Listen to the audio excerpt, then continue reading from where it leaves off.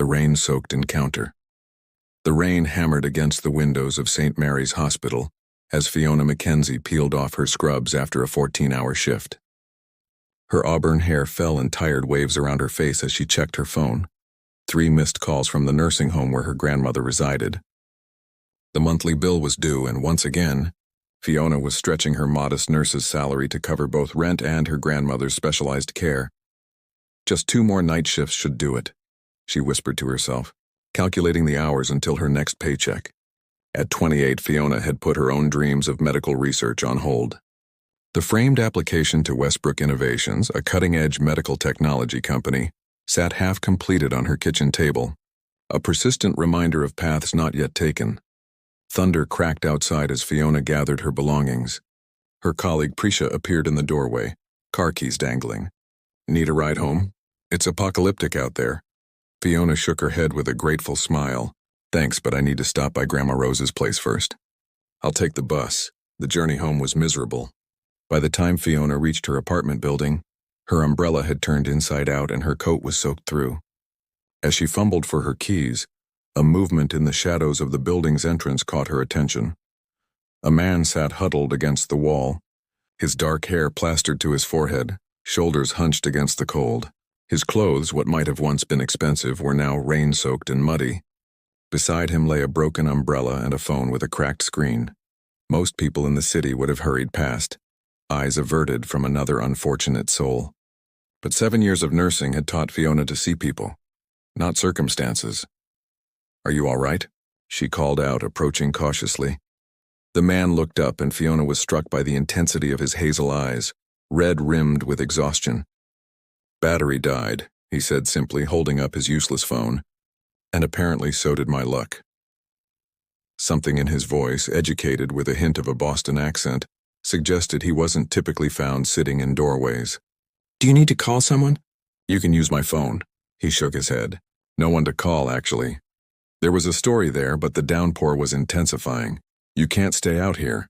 You'll catch pneumonia, and trust me, our ER is packed enough." Fiona made a split-second decision that her grandmother would have approved of. "I have a couch and hot tea, at least until the storm passes." The stranger hesitated. "Why would you help someone you don't know?" Fiona thought of her grandmother's favorite saying, "Kindness costs nothing but means everything." "Because someday I might be the one sitting in the rain," she answered simply. He studied her for a long moment before nodding. "Julian," he offered, extending a wet hand. "Julian Davis, Fiona Mackenzie." She helped him gather his few belongings. "Fair warning, the couch has a spring that will jab you in exactly the wrong place, and I only have chamomile tea." For the first time, Julian's face softened into what might have been a smile. "After sitting in this downpour, Miss Mackenzie, even a jabbing spring sounds like luxury." Little did Fiona know that this rain-soaked encounter would be the first ripple in a tide about to change her life's direction. As they stepped into the warm light of her apartment building, neither could have predicted that fate had just dealt them both an unexpected hand. A familiar face Fiona rushed through the gleaming lobby of Westbrook Innovations, her portfolio clutched tightly against her chest. After weeks of deliberation, she had finally submitted her application for the medical research position, and to her shock, received a callback within days. The receptionist, a poised woman with sleek silver hair, gestured toward the elevator. 21st floor. "Miss Mackenzie, the committee is waiting." The elevator ascended smoothly, giving Fiona precious moments to smooth down her only professional blazer. 2 weeks had passed since the night she'd sheltered Julian Davis from the storm. He'd left early the next morning with profuse thanks and a promise to repay her kindness someday, a promise Fiona had dismissed as politeness. She'd thought of him occasionally, hoping he'd found his way home safely wherever that was.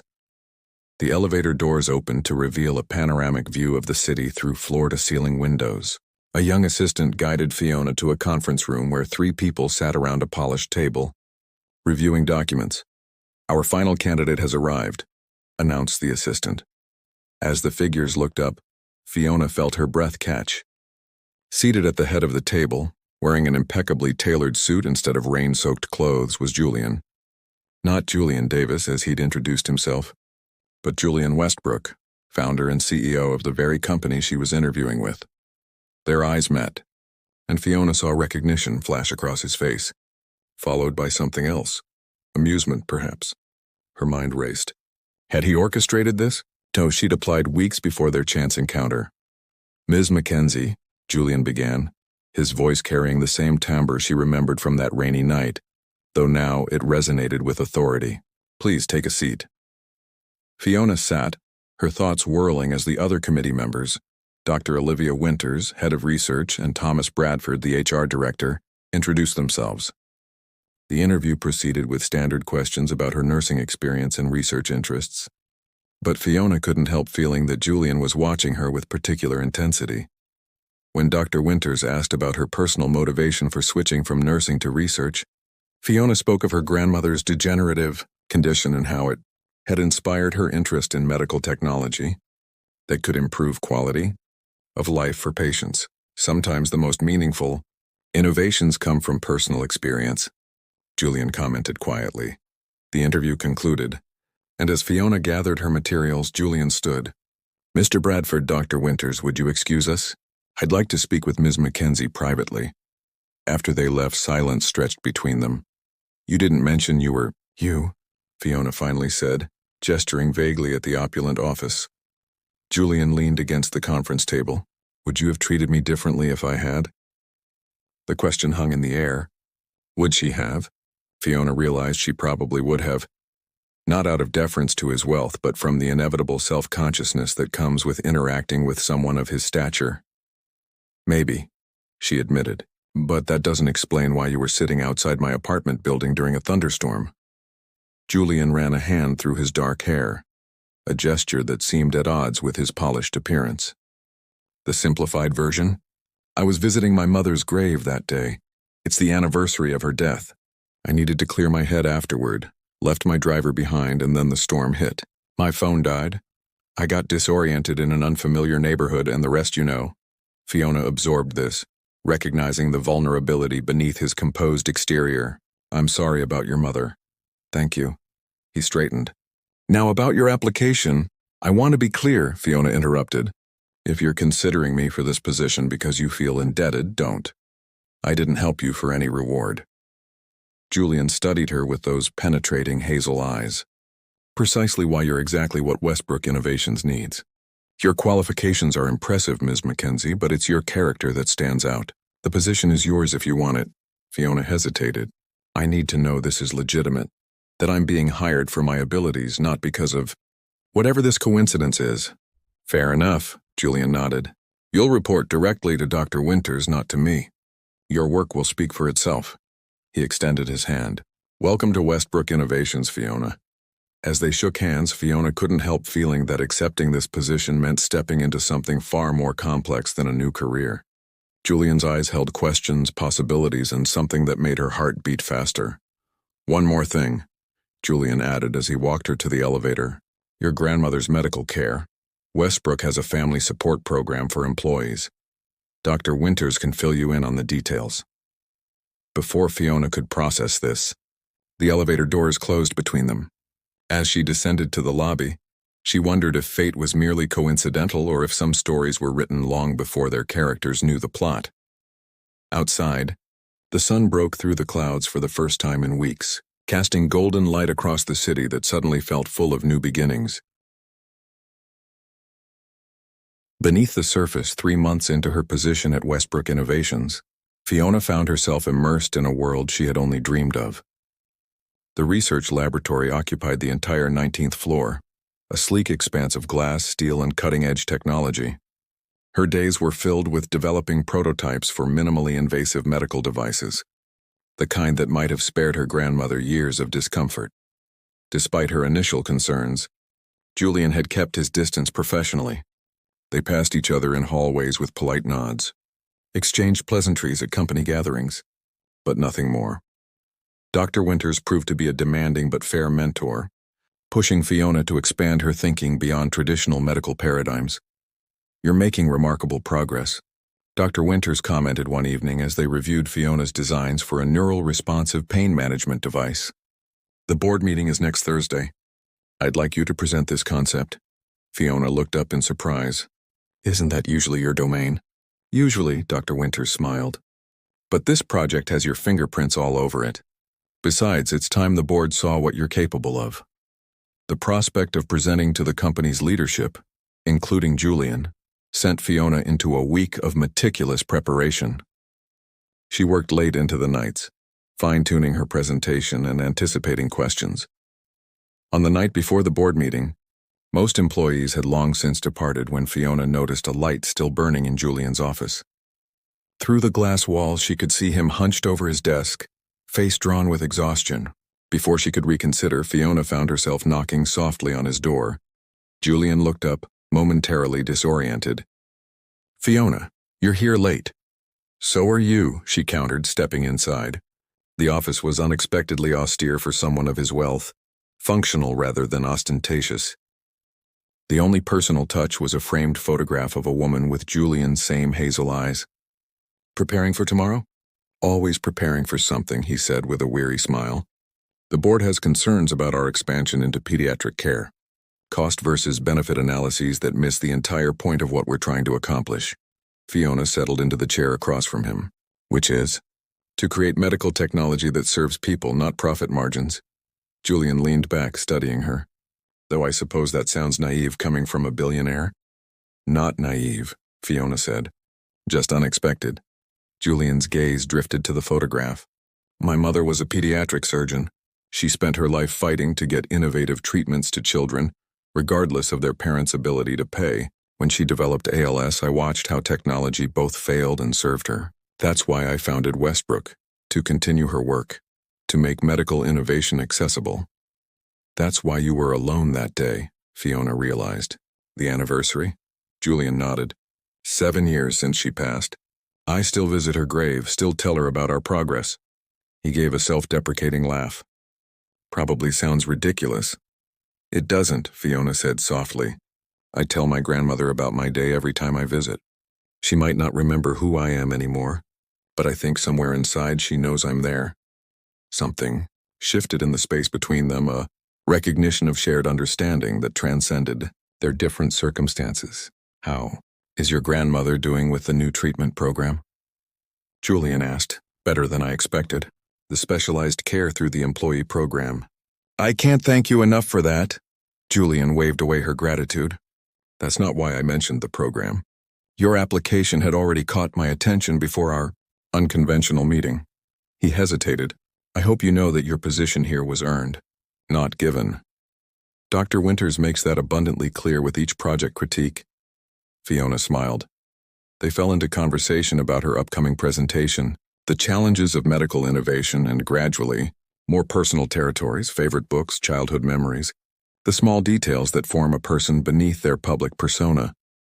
"It must be difficult," Fiona ventured after Julian described the constant scrutiny of his public life, "never knowing if people see you or just your wealth." Julian's expression turned contemplative. "That night in the rain was the first time in years someone had interacted with me as just a person, no agenda, no pretense." His gaze met hers. "Do you know how rare that is?" The intimacy of the moment caught them both by surprise. Fiona felt a flutter in her chest that had nothing to do with professional ambition. "I should go," she said, suddenly aware of how close they'd moved toward each other. "Big presentation tomorrow." Julian nodded, something unspoken lingering in his eyes. "Of course."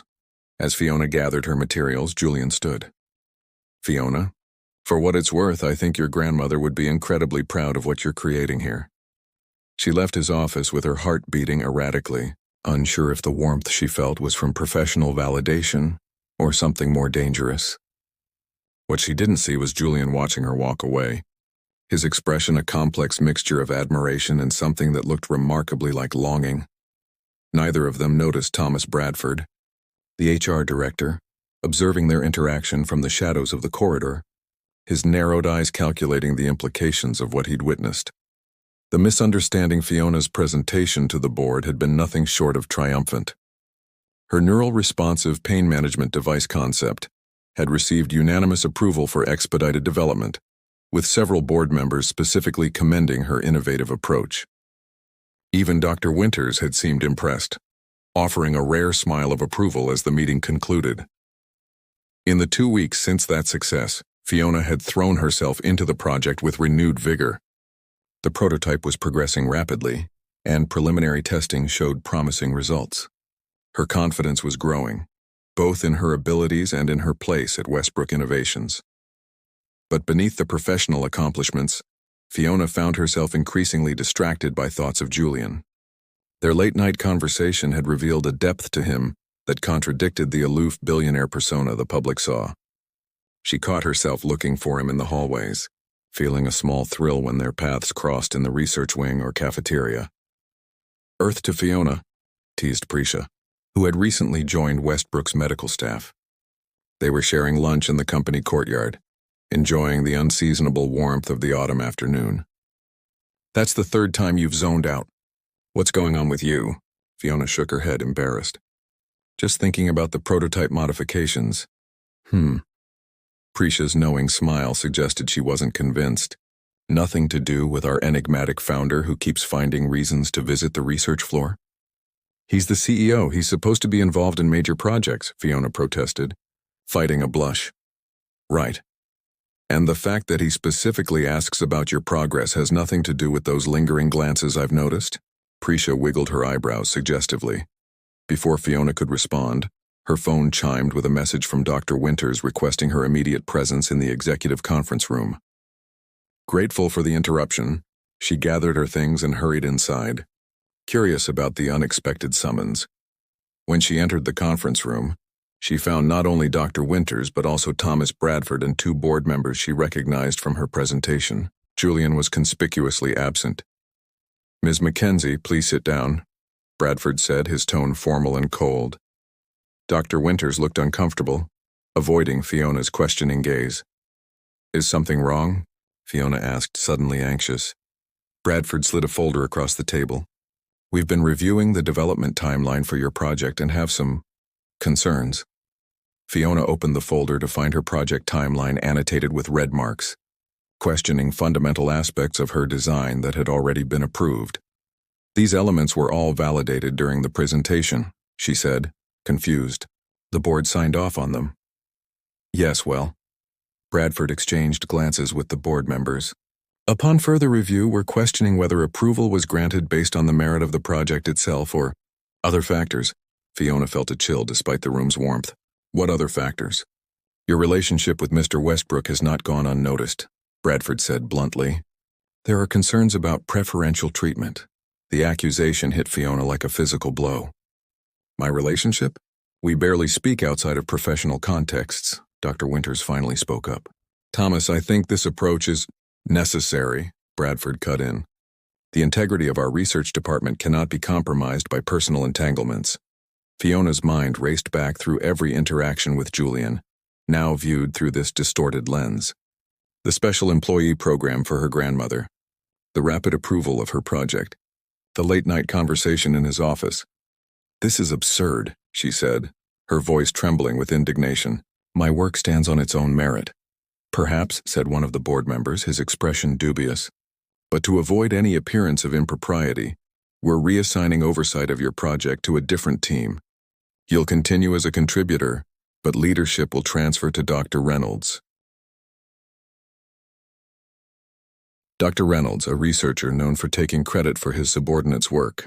Fiona felt her hard-won success slipping through her fingers. "This isn't about the project at all, is it?" she realized aloud. "This is about controlling Julian, about making sure he doesn't have allies on the research floor." Bradford's momentary surprise confirmed her suspicion. Office politics, she should have seen it coming.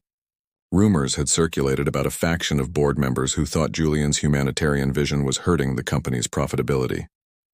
Dr. Winters had mentioned tensions, but Fiona hadn't realized she would become a pawn in their game. "You're overstepping, Ms. Mackenzie," Bradford warned. Fiona stood, gathering her dignity. "No, you're overstepping. My personal life is not company property, and my work deserves to be judged on its merits. If you'll excuse me, I have a prototype to finish." She left the room with her head high, but once alone in the elevator, she felt the full weight of what had just happened. Had she misread everything? Was Julian's interest in her project, in her, merely a calculated move in some corporate chess match? Or worse, had he been genuine? But now she would be pushed aside to protect his position. When the elevator doors opened on the research floor, Fiona was startled to find Julian waiting, concern evident on his face. Fiona, I just heard about the meeting. Bradford had no authority to. Did you hire me because of what happened that night? Fiona interrupted, the question that had lingered since her interview finally surfacing. Was all of this, my position, my project, the care for my grandmother, just you paying back a debt? Julian looked stunned. Of course not. Your qualifications, save it, Fiona said, the hurt in her voice undisguised. I believed you saw me. Not as a charity case, not as a pawn in your corporate games, but as a person with value. She stepped around him. I was clearly mistaken. Fiona, wait. Julian reached for her arm, but she pulled away. I need to finish my project before that gets taken away too. As she walked away, Fiona didn't see the flash of determination in Julian's eyes, nor did she know that the conflict that had been brewing in the company's leadership was about to come to a head, with her inadvertently at its center. Hearts revealed Disati. Following week passed in a blur of tension for Fiona. She worked mechanically, her passion for the project dimmed by the looming transfer to Dr. Reynolds' team. Her interactions with colleagues became stilted as rumors circulated about her special relationship with the CEO. Even Prisha seemed uncertain how to approach her, offering sympathetic glances from across the lab. Julian had disappeared entirely, reportedly engaged in emergency board meetings. His absence only reinforced Fiona's fears that she'd been nothing more than a temporary interest, easily abandoned when complications arose. On Friday afternoon, as Fiona was completing her transition notes for Dr. Reynolds, her computer screen flashed with a company-wide announcement. An all-staff meeting would commence in 30 minutes in the main auditorium. Attendance was mandatory. What do you think it's about? Prisha whispered as they joined the stream of employees heading toward the auditorium. Probably another corporate restructuring, Fiona replied flatly, or a new mission statement about integrity and transparency. The auditorium filled quickly with anxious employees. Theories ranging from mass layoffs to company acquisition spread through the crowd like wildfire. When Julian finally walked onto the stage, the room fell into immediate silence. Fiona had never seen him look so resolute. Gone was the polished corporate veneer, replaced by something raw and determined. His eyes scanned the audience until they found hers, and for a brief moment everything else seemed to fade away. Thank you all for coming, Julian began, his voice steady. I founded Westbrook Innovations 8 years ago with a singular vision: to continue my mother's legacy by creating medical technology that serves humanity, not shareholders. Along the way, that vision has been contested. He gestured to the side of the stage where Thomas Bradford and several board members sat, looking distinctly uncomfortable. There has been ongoing disagreement about our company's direction. Some believe we should prioritize profit margins over accessibility. Others, myself included, believe that our greatest success lies in remaining true to our founding principles. Julian paused, his gaze returning briefly to Fiona. Recent events have brought this conflict to a head. Talented team members have been undermined for political reasons. Promising projects have been sabotaged, and I've been advised to maintain appropriate distance from the very researchers whose innovations drive our company forward. Murmurs rippled through the audience. I refuse to lead a company where politics trump progress, where fear stifles innovation, and where genuine human connection is seen as a liability rather than our greatest strength. Julian reached into his pocket and withdrew a folded document.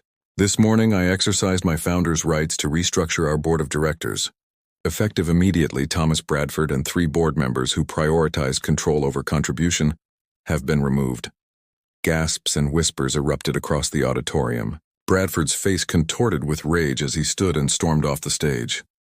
Additionally, Julian continued, I'm implementing a new organizational structure that places our research teams at the center of all decision-making. Dr. Winters will serve as our new Chief Innovation Officer, with expanded authority over project approval and resource allocation. Dr. Winters stepped onto the stage, nodding appreciatively to the applause that followed. Finally, Julian said, his voice softening slightly, I want to address a personal matter that has become, unfortunately, subject to corporate gossip. Fiona felt her heart race as all eyes seemed to turn toward her. Several months ago, during a moment of personal vulnerability, I was shown extraordinary kindness by someone who had no idea who I was, who saw only another human being in need. That experience reminded me why I started this company in the first place, because individual connections matter. Because seeing people as people, not assets or liabilities, is how true innovation happens. Julian stepped to the edge of the stage. Fiona Mackenzie didn't know she was helping the CEO of Westbrook that night. She didn't help me because of who I was, but because of who she is. And in the months since, her contributions to this company have exemplified the very principles we were founded upon. Fiona felt tears threatening as Julian's gaze found hers again. Her neural responsive pain management device project will continue under her leadership, with full funding and accelerated timeline approval, not because of any personal relationship, but because it represents the future of this company. Innovation driven by genuine human compassion. As the meeting concluded, employees filed out in animated discussion about the dramatic restructuring. Fiona remained seated, processing everything she'd just witnessed. When the auditorium had nearly emptied, Julian approached her row. "I owe you an apology," he said, sitting beside her. "I should have anticipated Bradford's machinations and protected you from becoming entangled in company politics." "You don't owe me anything," Fiona replied softly. "That's what I've been trying to tell you since the beginning." Julian's expression grew serious. "That's where you're wrong. When you helped me that night, you gave me something I hadn't experienced in years. The feeling of being seen for myself, not my position or wealth. You reminded me why I started this company." He hesitated, then continued. "I didn't hire you because of that night. I didn't approve your project because of any feelings I might have developed. But I would be lying if I said that knowing you, the real you, beyond professional accomplishments, hasn't changed something in me." Fiona studied his face, searching for any trace of manipulation or calculation. She found only vulnerability and truth. "I was afraid," she admitted. "Afraid that everything, my position, my grandmother's care, even our conversations, was just you paying back a debt. That I was a charity case or a convenient ally." Julian shook his head. "You've never been either of those things. You've been a revelation." He reached tentatively for her hand. "I can't promise that being associated with me, professionally or personally, will ever be simple. But I can promise you this: I will always see you, Fiona Mackenzie. Not as the woman who helped me or as a brilliant researcher, but as yourself, in all your complexity." Fiona felt the walls she'd built crumbling. "And I see you, Julian Westbrook. Not the billionaire or the CEO, but the man who visits his mother's grave in the rain and fights to preserve her legacy. Their fingers intertwined, a simple gesture containing complicated promises." "Where do we go from here?" Fiona asked. Julian smiled, the genuine warmth reaching his eyes. "I was thinking dinner. At a real restaurant, not on your couch with chamomile tea. Though," he added with a gentle squeeze of her hand, "that was one of the best evenings I've had in years." Fiona laughed, the tension of the past weeks dissolving.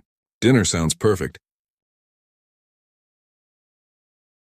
As they walked out together, neither concerned with who might be watching, Fiona reflected on the strange path that had led them here. A chance encounter in the rain, a moment of simple kindness, and now the beginning of something neither had anticipated, but both had perhaps been searching for all along, a connection that transcended circumstance, built on the foundation of seeing each other truly. Outside, the autumn sun cast golden light across the city, the same light Fiona had noticed the day of her interview, when everything had seemed possible. Only now the possibilities extended far beyond professional achievements, into territories of the heart neither had planned to explore, but both now welcomed with cautious hope. In the distance, storm clouds gathered on the horizon, a reminder that challenges would always come. But this time neither would face them alone in the rain.